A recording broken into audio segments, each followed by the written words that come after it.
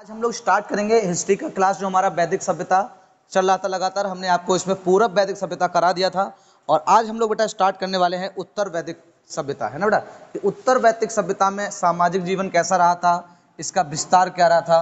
तो सबसे पहले जो हम बेटा स्टार्ट करने वाले हैं वो हम करने वाले हैं क्या बेटा, विस्तार। क्या करने वाले हैं, इसका विस्तार। कि पूर्व से पश्चिम विस्तार कितना रहा, पूर्व से पश्चिम विस्तार कितना रहा, उत्तर कितना रहा, ये हम आपको पूर्व वैदिक सभ्यता में भी बता चुके हैं, तो आपको याद रखना है। तो चलिए उसका स्टार्ट करते हैं। इधर बेटा आपका रहेगा पूर्व और इधर रहेगा आपका उत्तर, इतनी तो सब चीज़ें पता ही होगा। और इधर आपका क्या रहेगा बेटा, दक्षिण। और इधर रहेगा बेटा कौन, आपका पश्चिम। पश्चिम। ये आपकी वैदिक सभ्यता में उत्तर वैदिक सभ्यता क्या थी उसके बारे में हम लोग विस्तार पढ़ने वाले हैं। उत्तर में बेटा जो इसका विस्तार था वो आपको याद रखना है, तो आपको बता चुके हैं पहले भी। हिमालय, हिमालय की जो सबसे ऊंची चोटी थी जिसे हम लोग आजकल माउंट एवरेस्ट कहते हैं, इसे मजुवंत कहते हैं। क्या कहते हैं बेटा, मजुवंत कहते हैं। तो हिमालय की जो सबसे ऊंची चोटी है उसे क्या कहेंगे बेटा, मजुवंत कहते हैं। ठीक है बेटा। पूरब में जो विस्तार रहा इसका वो उत्तरी बिहार तक रहा था, उत्तरी बिहार तक रहा। पूर्व दक्षिण में इसका जो विस्तार रहा था वो विंध्याचल पर्वत तक रहा था, विंध्याचल पर्वत। दक्षिण में अगर विस्तार पूछेगा कहां तक रहा था उत्तर वैदिक सभ्यता का, तो कहां तक बताओ बेटा आप, विंध्याचल पर्वत तक रहा था। पश्चिम में विस्तार पूछेगा कहां तक रहा था, तो बेटा पश्चिम में इसका विस्तार पूर्व वैदिक सभ्यता का भी अफगानिस्तान रहा था और इसका भी बेटा क्या रहेगा, अफगानिस्तान रहेगा। अगर पूछे कि उत्तर वैदिक का विस्तार जो है सर्वाधिक किस क्षेत्र में ज्यादा हुआ था, तो आपको बताना पड़ेगा कि पूरब वाली दिशा में जो इसका विस्तार था वो ज्यादा रहा था। तो विस्तार क्या रहा था, ज्यादा था। क्या था बेटा, आपका विस्तार ज्यादा था। तो पूरब दिशा की ओर उत्तर वैदिक सभ्यता का क्या रहा था बेटा, विस्तार ज्यादा रहा था। ठीक है बेटा। यहां पूछेगा आपसे कि आर्यों का जो गतिविधियों का केंद्र रहा था वो सबसे ज्यादा कहां रहा था, तो आप ध्यान रखना उत्तर वैदिक काल में गंगा यमुना का जो क्षेत्र था उस केंद्र पर आर्यों का जो विस्तार था वो ज्यादा रहा था। तो आपसे पूछेगा गतिविधियां सबसे ज्यादा कहां मिली, तो आपको गंगा यमुना का जो ऊपरी भाग था वहां पर बेटा आपको क्या मिलेंगी, इनकी गतिविधियां ज्यादा देखने को मिलेंगी। तो यहां तक किसी को दिक्कत हो तो बताइए, तो आपको समझ में आ ही गया होगा। ठीक है, तो इसको बेटा हम रफ कर देते हैं। अब इसके बाद आपको आता है कि कौन से दिशा में, किस क्षेत्र में कौन सा राजा था जो बेटा निवास करता था, या पूर्व का जो राजा था उसे क्या बोला जाता था, या पश्चिम का राजा था उसे क्या बोला जाता था। तो ये भी बड़ा इंपॉर्टेंट रहता है, आपसे पूछा जाता है। तो इसकी हम लोग बेटा क्या करते हैं, शुरुआत करते हैं और उसको समझते हैं कि कौन सा क्षेत्र में कौन सा राजा रहता था। तो इसमें हम लोग बात करेंगे बेटा राज्य के प्रकार कितने थे, किस प्रकार के राज्य थे। तो हेडिंग हम लोग डालेंगे इसमें बेटा कौन सा, राज्य के प्रकार, राज्य के प्रकार। क्या पूछेगा बेटा, राज्य के प्रकार, कि राज्य कितने प्रकार थे। इसमें सबसे पहले अगर हम बात करें बेटा तो ऐतरीय ब्राह्मण की करेंगे। ऐतरीय ब्राह्मण, ऐतरीय ब्राह्मण के अनुसार कई राज्य बताए गए हैं, लेकिन इसमें से जो मुख्य हैं,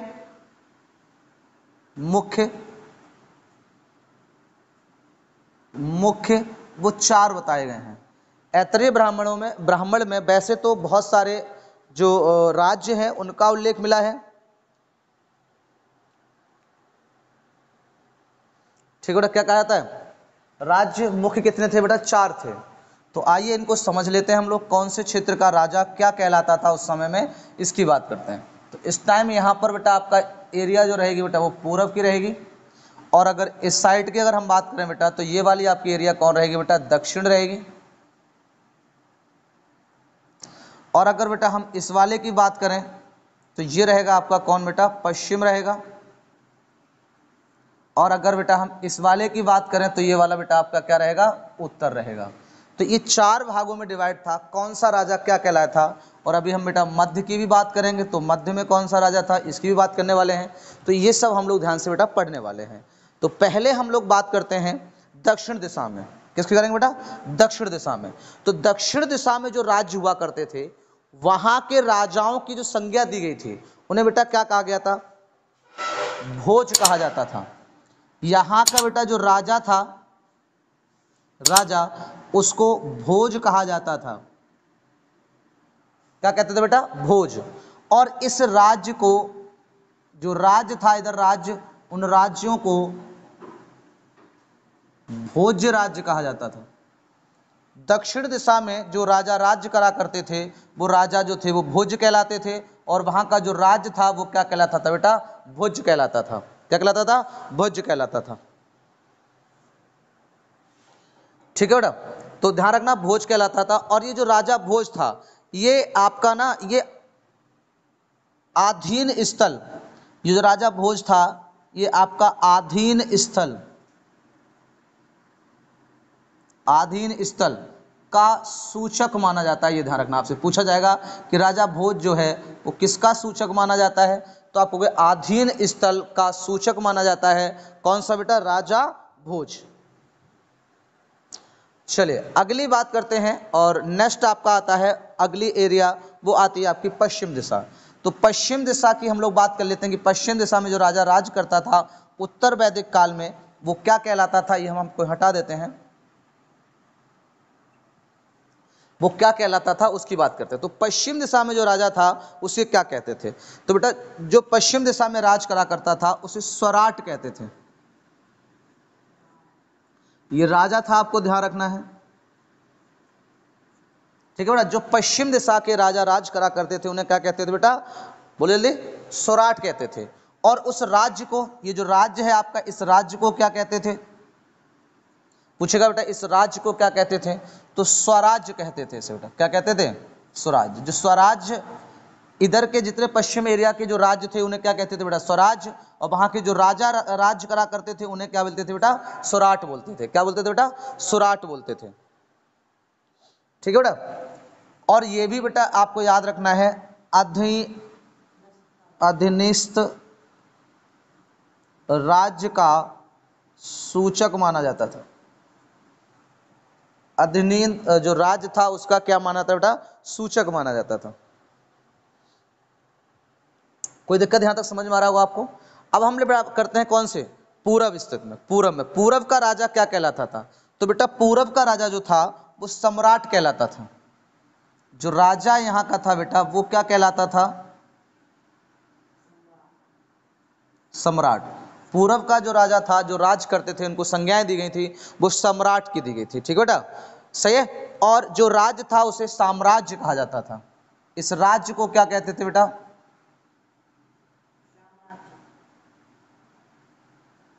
साम्राज्य कहते थे। राज्यों को साम्राज्य और इसका राजा स्वराट। क्लियर हो गया बेटा? अब हम बात करते हैं बेटा कौन सी? उत्तर दिशा की। तो उत्तर दिशा का जो राजा था वो क्या कहलाता था? तो बेटा वो विराट कहलाता था। जो राजा था यहाँ का राजा, वो क्या कहलाता आपका? तो आप कहोगे विराट कहलाता था। राजा क्या कहलाता था बेटा? विराट कहलाता था। इस राज्य को क्या कहते थे? ये जो हमारा राज्य है, इस राज्य को क्या कहते थे? जो राज्य, जिस राज्य में विराट राजा राज करते थे, उन राज्यों को बोलते क्या थे? तो आप ध्यान रखना, इसको बैराज्य बोलते थे। बैराज्य बोलते थे। उन राज्यों को क्या बोलते थे बेटा? बैराज्य बोलते थे। तो हम लोग बैराज्य हो गया, ये राज्य हो गया आपका। उत्तर के जो राज्य थे वो विराट, और राज्य थे तो बैराज्य कहलाते थे। ठीक है बेटा, अब बात आती है, जैसे हमने यहाँ पर आपको बताया था कि जो दक्षिण वाला था वो आपका क्या था बेटा? अधीनस्थ था। और जो पश्चिम वाला था बेटा वो भी क्या था? अधीनस्थ का सूचक था। तो ऐसे ही ये पूछेगा आपके कि ये जो राज्य था बैराज्य, ये किस प्रकार का था? तो बैराज्य था ना बेटा, वो एक गणराज्य था। क्या था बेटा? एक गणराज्य। तो ये जो बैराज था बेटा वो क्या था आपका? एक गणराज्य था। ये आपको याद रखना है बेटा, कैसा था? ये एक गणराज्य था। क्लियर हो गया यहाँ तक? तो आपको कौन सा राज्य था, क्या था, ये हम आपको बता चुके हैं। नेक्स्ट बात करते हैं हम लोग। पूरब हमारा हो गया बेटा, पश्चिम हो गया और ये भी हो गया। अब हमारा आता है कौन सा बेटा? मध्य वाला एरिया। तो मध्य में जो राज्य थे वो क्या कहलाते थे, और वहां का राजा मध्य वाला क्या कहलाता था, जो मध्य में राज करते थे। तो बेटा इसको शासक जो था उसे राजा कहा जाता था। जो बेटा शासक था यहाँ का, जो यहाँ का बेटा क्या था, शासक था, तो उस शासक को बेटा राजा कहा जाता था। और जो राज्य था, क्या पूछेगा बेटा, जो राज्य था उसे महाराज्य कहा जाता था, उसे महाराज्य कहा जाता था। और ये जो राज्य था महाराज्य, ये भी पूछेगा आपसे कैसा था, तो ये बता स्वतंत्र, स्वतंत्र का सूचक था। स्वतंत्र का क्या था बेटा, सूचक था। ये आपको याद रखना है, एकदम नोट करते चलिए। वीडियो को रोक सकते हो आप, इसमें स्क्रीनशॉट भी ले सकते हो इसके, तो इसमें आपको कोई दिक्कत नहीं आनी चाहिए। आप समझ गए होंगे यहाँ पे, ठीक है बेटा। तो एक बार हम बता देते हैं आपको कि ये राजाओं के बारे में वर्ण मिलता है, ऐतरेय ब्राह्मण में इसको उल्लेख मिला है। वैसे तो बहुत सारे राज्यों का उल्लेख मिला है, लेकिन इसमें 4 जो थे बेटा वो इंपोर्टेंट बताए गए थे। जो आपका पूरब में राजा राज करता था उसे सम्राट कहते थे, उस राज्य को साम्राज्य कहा जाता था। और ये भी आपका कैसा था बेटा, ये जो सम्राट था वो कैसा था, अधनिष्ठ था। कौन था बेटा, अधनिष्ठ था। इसमें राजा भोज था, ध्यान रखना, राजा भोज दक्षिण में राज्य करते थे, वो भोज्य कहलाते थे, और इसको इससे भी अधनिष्ठ का सूचक माना गया है। पश्चिम की अगर हम बेटा बात करें तो स्वराट राजा था यहाँ पर, और यहाँ पे जो राज्य था वो स्वराज था, अधनिष्ठ राजा का सूचक माना जाता है, ये आपको याद रखना है। उत्तर में बेटा राज्य जो करता था उसे विराट कहते थे, और उस राज्य को बैराज कहते थे, ये गणराज्य था, इसको आपको याद रखना है। मध्य प्रदेश में राजा, जो शासक का नाम था उसे राजा कहते थे, और उस राज्य को महाराज्य कहा जाता था, और ये एक स्वतंत्र का सूचक माना जाता था। तो ऐतरेय ब्राह्मण में कितने राजाओं का उल्लेख मिला है, तो आपको 4 का मिला है। वैसे बहुत सारे मिले हैं, बट 4 इसमें बेटा क्या थे, वो आपके इंपोर्टेंट थे। तो यहाँ तक आपको बात समझ में आ गई होगी। नेक्स्ट हम लोग बात करते हैं और आगे बढ़ते हैं। अब हम लोग बात करते हैं नेक्स्ट टॉपिक की, इसी के आगे बढ़ते हैं, उत्तर वैदिक काल में। इससे पहले अगर आप लोगों ने किसी ने वीडियो इससे पहले नहीं देखा हो, वैदिक सभ्यताओं का 2-3 वीडियो पड़े हुए हैं, प्लेलिस्ट में चले जाएंगे, आप आराम से वहां देख सकते हैं सारे वीडियो। और शाम को रात में 8 बजे हमारी लाइव क्लास होती है, जो हिस्ट्री की बहुत सारी जो क्वेश्चन आंसर हैं वो लगवाते हैं, और 9 से 9:30 बजे हिंदी की क्लास होती है, उसमें भी आपकी लाइव क्लास लगवाते हैं हम लोग, प्रैक्टिस सेट लगवाते हैं उसमें। तो आप लोग बेटा उसको भी ज्वाइन करिए, ठीक है, बेहतरीन तरीके से तैयारी करिए। सारे वीडियो हमारे देखते रहिए, आप जो थ्योरी के पढ़े हुए हैं, बेहतरीन नॉलेज आपको मिलती रहेगी, और आपको पैट में बहुत सारा फंसेगा भी, ठीक है बेटा। चलिए हम लोग नेक्स्ट बात करते हैं। अब हम लोग बात करते हैं उस टाइम पर वर्ण व्यवस्था क्या हो गई थी, वर्ण व्यवस्था का क्या रूल था वहां पर। तो बेटा अगले हम लोग इसमें बात करेंगे वर्ण व्यवस्था। किसकी बात करेंगे बेटा, वर्ण व्यवस्था। जैसे पहले हमने आपको पूर्व वैदिक सभ्यता में बताया होगा कि जो ऋग्वेद है उसके 10वें मंडल में वर्ण व्यवस्था का क्या मिला था बेटा, उल्लेख मिला था। पुरुष सूक्त के अनुसार 4 वर्ण बताए गए थे। क्या बताए गए, थोड़ा 4 वर्ण। और कौन कौन से थे वो आपके, तो ब्राह्मण, क्षत्रिय, वैश्य और शूद्र, 4 बताए गए थे। इनके बारे में हमने पूरी डिटेल वहां पढ़ा रखी है, आप तो वहां जाकर देख सकते हो। अब उसी बात को कहा गया था वहां पर, उस टाइम पे बेटा कर्म के आधार पर वर्णों का क्या किया गया था, गठन किया गया था, कि जो कार्य जो कर रहा है उसी के अकॉर्डिंग उसको उसका नाम दे दिया गया था।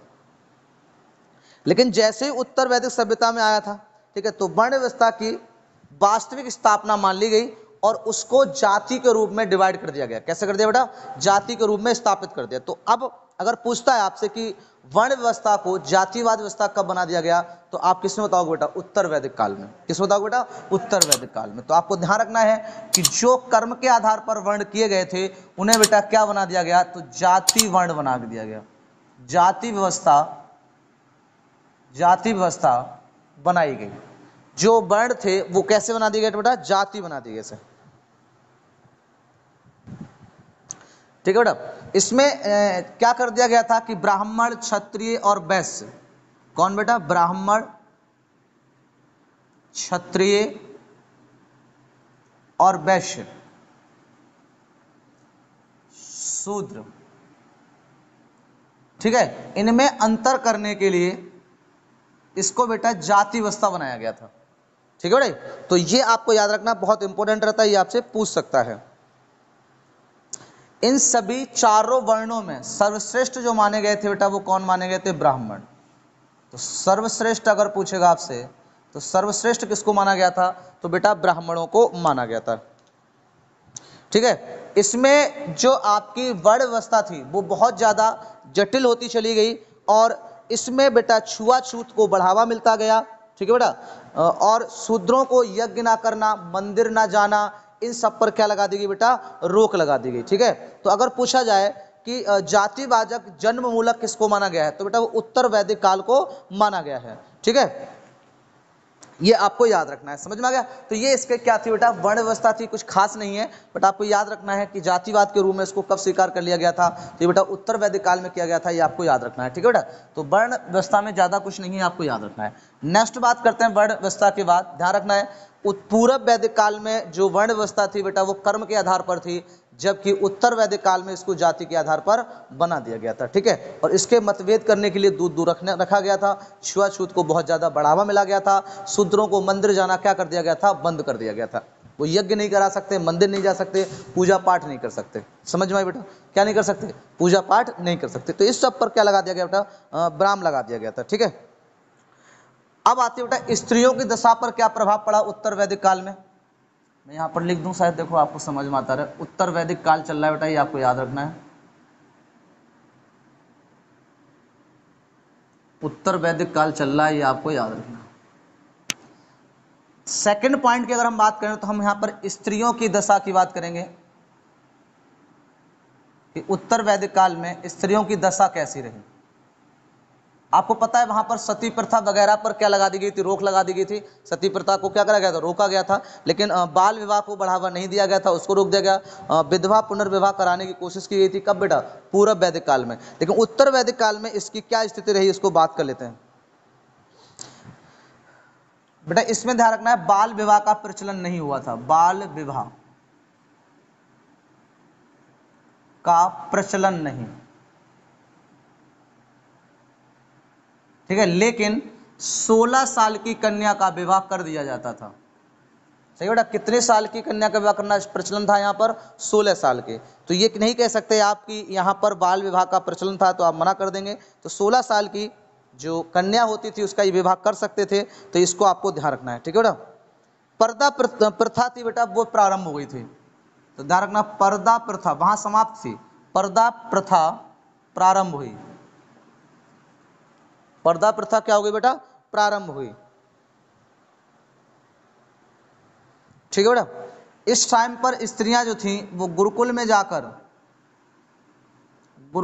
जाकर ज्ञान प्राप्त कर सकती थी, ज्ञान प्राप्त कर सकती थी। पर्दा प्रथा स्टार्ट हो गई थी, मतलब पर्दे में रहने के लिए थोड़ा सा लोगों को स्टार्ट किया गया था, ये आपको याद रखना है। ठीक है, लेकिन आश्रम में जाके शिक्षा ले सकती थी। यहां उत्तर वैदिक काल में अगर विदुषी महिलाएं पूछेगा कौन कौन सी रही थी, विदुषी महिलाएं,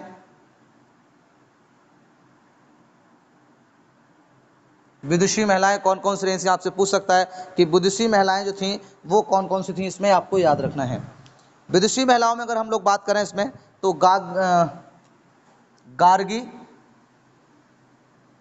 गार्गी उस टाइम पर विदुषी महिलाएं थी। अगला है बेटा मैत्रीय, ये भी थी, जैसे वहां पे चपला थी, गोपा थी। ठीक है, वो सब हमने आपको बता दी थी। तो इसमें कौन सी बेटा, मैत्री।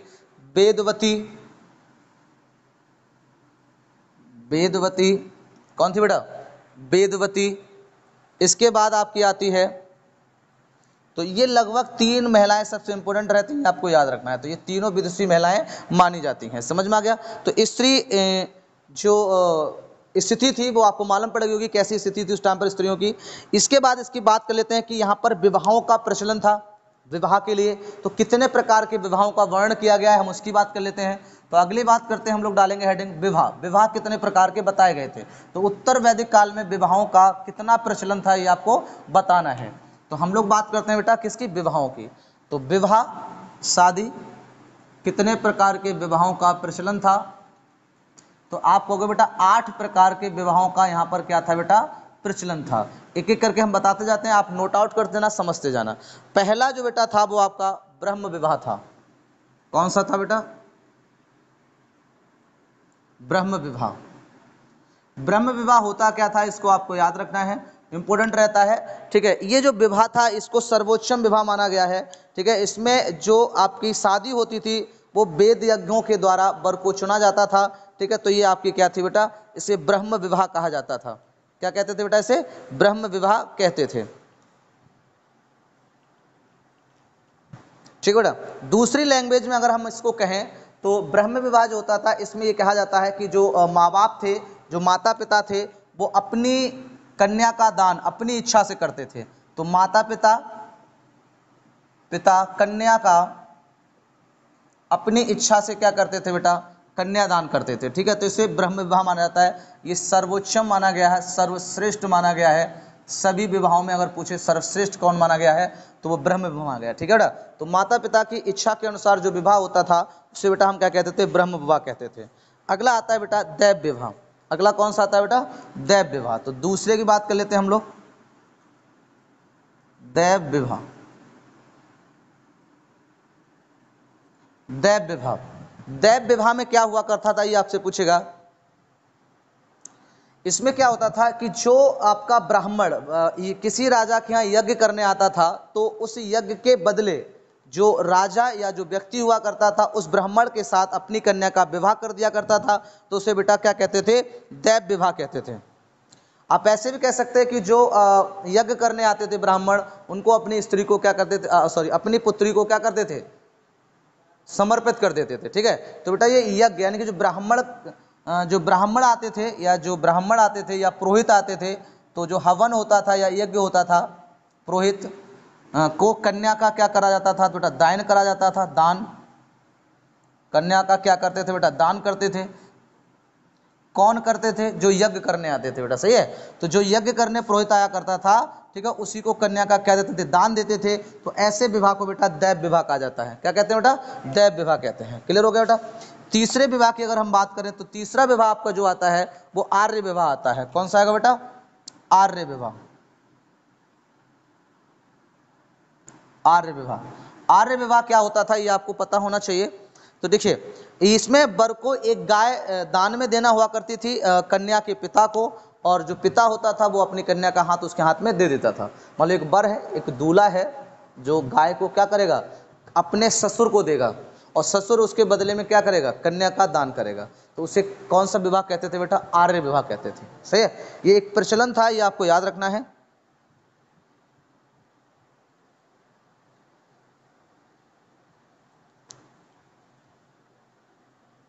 ठीक है बेटा, समझ में आ गया होगा। कहीं कहीं आपका गाय लिखा होता है, कहीं गाय बैल की जोड़ी लिखी होती है, तो इतना कोई फर्क नहीं पड़ता है इसमें, तो आपको याद रखना है। ठीक है बेटा, तो क्या करना होगा, वर को बेटा एक गाय देनी होती है। गाय किसको बेटा, कन्या के पिता को, कन्या के पिता। ठीक है बेटा, और कन्या के पिता को क्या देगी बेटा, गाय देगी, गाय। और पिता क्या करेगा, इस कन्या को किसको दे देगा बेटा, वर को दे देगा। ठीक है, तो ये विवाह क्या कहलाता था, आर्य विवाह कहलाता था। ये आपको याद रखना है। तो आपको तीन विवाह समझ में आ गए होंगे। ओरल आपको ज़्यादा थ्योरी नहीं लिखवा रहे हैं, आपको फटाफट समझते जाइए। अगर लिखना हो तो अपने आप थ्योरी लिख सकते हो, हम आपको फटाफट बोलते जा रहे हैं। सारी थ्योरी लिखेंगे तो बेटा बहुत टाइम लगेगा। ठीक है ना बेटा, चलिए बेटा अगली बात करते हैं हम लोग। और अगला विवाह आता है आपका प्रजापत्य विवाह। तीसरे के बाद आगे बेटा चौथा प्रजापत्य।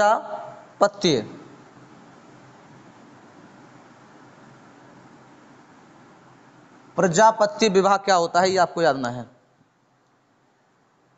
ठीक है बेटा, इसमें क्या होता था कि जो कन्या का पिता हुआ करता था, तो वर को उसको वचन देना होता था। वर मतलब दूल्हे को उससे क्या देना होता था बेटा, वचन देना था।